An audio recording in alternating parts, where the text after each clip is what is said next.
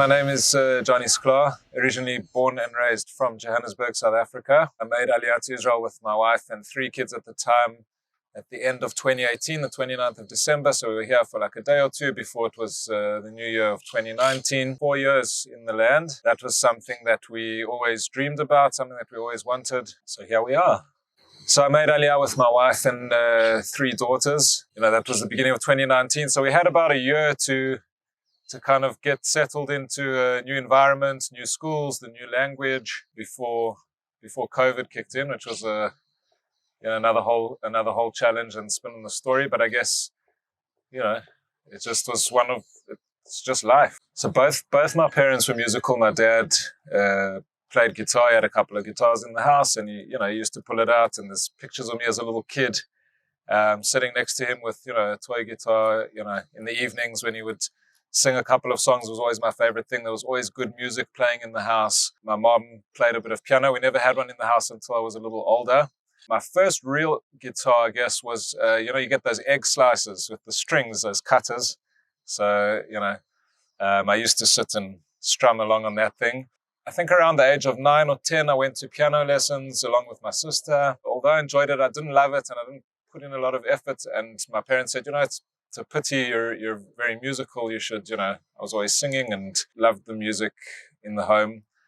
So I just picked up my dad's old guitar and he showed me a couple of chords, started teaching myself. And when I was about maybe 12, 13, around BarMitzvah age, I went for a couple of lessons and that was the beginning of the end. I fell in love. A cousin of mine lent me a Jimmy Hendrix CD. It was, all I wanted to do all day. Throughout high school, I always had a guitar with me at school.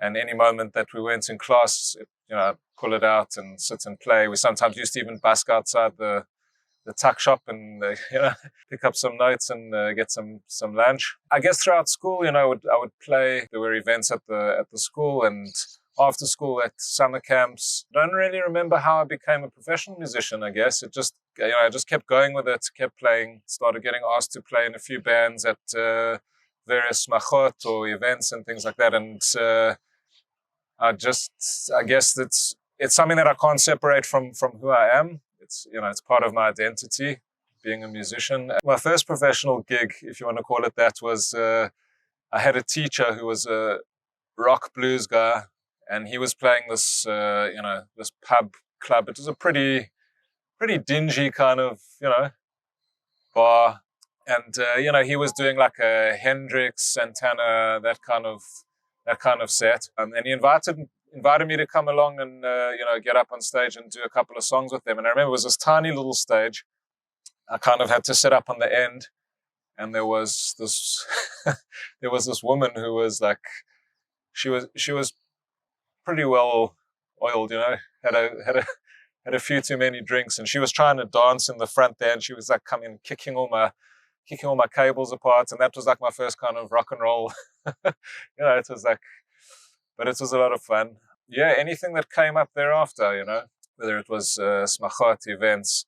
Straight after school, I spent some time in Israel, and then I spent some time in yeshiva as well in South Africa. And then a friend of mine reached out and said that he actually had an Israeli friend of his coming through who was a phenomenal percussionist, and said that he wanted to try and put some stuff together. And we started spending a lot of time playing music, a lot of the African feel. My family's actually originally from Zimbabwe, my parents. So there's that Zimbabwean 6/8 groove, which is also part of the DNA in a way, and sounds that we grew up with from the music in Southern Africa. And then we put together this band back then and started working with a lot of African musicians and fusing the different sounds. We had the Middle Eastern, Israeli side of it through our friend who had come, to South Africa, this percussionist. And so it was just a real nice blend of, and I always loved that, the connecting of people, different cultures, different backgrounds, bringing this all together. It's like, it's overstated and maybe cliche to say it, but the universal language of music, which just is one of the most powerful ways to bring people together and to create something really unique. Okay, then over the years, obviously the more that I played, the more that it went on. I was, working with different guys, like I said, and, playing smachot and doing communal events. So after a number of years of working with, different people and different bands from smachot and playing, private events and corporate events, as well as, creating original music and all of that. A lot of the guys that I worked with, pushed me and said, why don't you start your own band, the Johnny Sklar band, and, push that brand. We kind of, over the years, became the go-to people for, most of the big communal events that would take place. And whether, if they bring out overseas artists or, well-known guys to perform, we would either open for them or be the house band eventually for them as well, and playing on stage. So that was a terrific experience.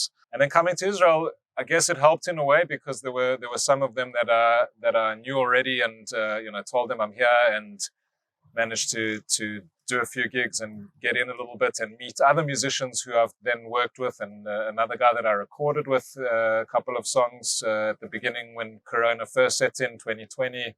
So that, I think it's always about who you know and who you meet, and building a good relationship with those people, which made it sort of easier. But then obviously, like I said, Corona came in, so I had a number of years and months where I wasn't too sure what I was going to be doing here. I also, over the years, taught a bunch of kids. I didn't really plan on becoming a guitar teacher, but obviously people would see me playing and ask if I teach, and ask if I could teach their children, or even adults had approached me saying, I play a little bit, I'd love to work more on some of the things that I've learned in the past and develop it more. So that became something else that I did as well. So I guess during Corona I had to tried the Zoom lessons from the students that I picked up when we first moved into Modi'in. And also then, there were some of the online people started doing smachot online, having these big Zoom meetings, and they wanted someone to pre-record a song, or or to maybe play a live Havdalah after Shabbat, or Hallel for schools and communities and that type of thing. So that kind of ticked along, and then I started getting requests over here to, people said, we've got a wedding with all the restrictions, 30 people. We're only allowed one musician, and we're only, so that became something that I did a number of, small gatherings, which were beautiful, because, it was obviously people wanted to have these big parties, but they also you could see that they really wanted to just get married, or really wanted to just do something with the immediate intimate family for a simcha, whatever it is. What I've loved about doing gigs in Israel is really the variety of people that you get, and they're also different. Whether it's a bar mitzvah or a wedding, it's always a different crowd. You've got, obviously a melting pot of people from all over the world. You'll have a mix of religious and, more secular or less religious. But what I love is that, and this I've found throughout my career playing at functions, is that it really is, you feed off the energy of the people that are there, So one of the things I always specialized in, and what I think was quite unique about the band that I used to run, was we would always try to customize it as much as possible, for the client, whether it was a bride and groom or a bar mitzvah. I had bar mitzvah boys who loved, I don't know, pick a rock and roll icon or something. So we would always try to incorporate as much as possible of what these, what people loved. I worked with African marimba bands and African choirs. I think most musicians will tell you, it doesn't matter what setting you're playing in or where you are. It's, you work off the energy of the people that you're playing for or with, which is great also because it keeps it exciting and fresh. And it's not the same thing over and over. There's obviously the formulas of certain songs and certain types of music that work. People want to dance. You're not going to play like not going to play ballads. I love how different it always is. Every time it's fresh, and that's exciting. I'm primarily a guitarist. Play electric guitar, play acoustic guitar. I'm also working currently with the lyricist and percussionist and artist in Jerusalem. So that's another whole project which is really unique, something very niche and different.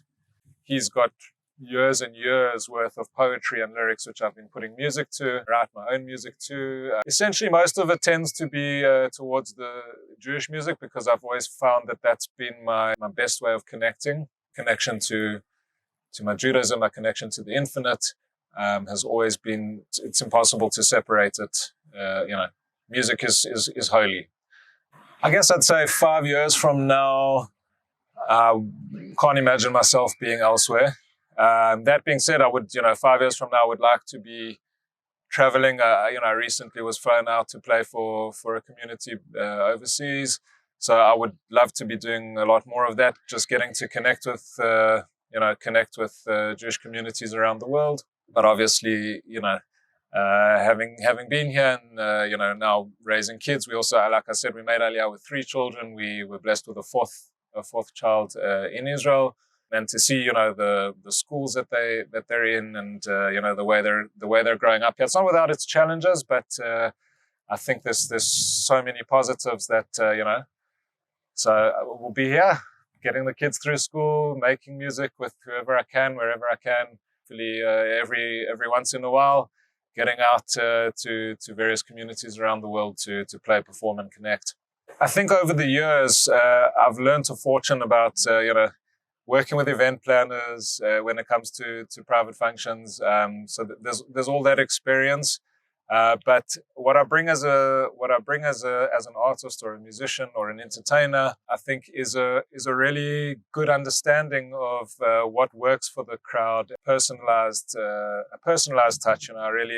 I've made an effort over the years to really get to try and understand as much as possible what it is that people want and what it is that will make it unique for them. I tell every bride and groom that, I've told them there's no request that could shock me when it comes to music for their chuppah. There's obviously popular song choices which are appropriate, but, if they have something which is going to make their special day more meaningful, I'll do everything in my ability to make that happen, to learn that music and to bring it with a lot of energy and love. I love playing so many different types of music that I've been in situations where I'm playing for other people or supporting them. I've heard the crowd request certain things which I know that I could just jump into it on the spot. Whereas, maybe some people have their set. I'm always trying to add more and more to my repertoire, to my set list, and to what I can offer. That will bring that. It's about making people happier. A good friend of mine shared a thing which always, resonated very strongly with me. We say every day, we talk about Hallelujah, El Bekodsho, and it brings a list of instruments. Hallelujah, B'titzlei Torah, B'titzlei Shema, B'tofel V'machol. Right in the middle of this whole list of instruments used for praising Hashem is machol, which is the circle, which refers to the dancing. But it's bang in the center of all the instruments. And so essentially, it's about, like I said before, it's that reciprocal energy between the musician and the crowd, or the people dancing, the people, they bring you energy and then you feed off that, as much a part of the ensemble as the instruments themselves in the band. That's kind of what I aim for every time.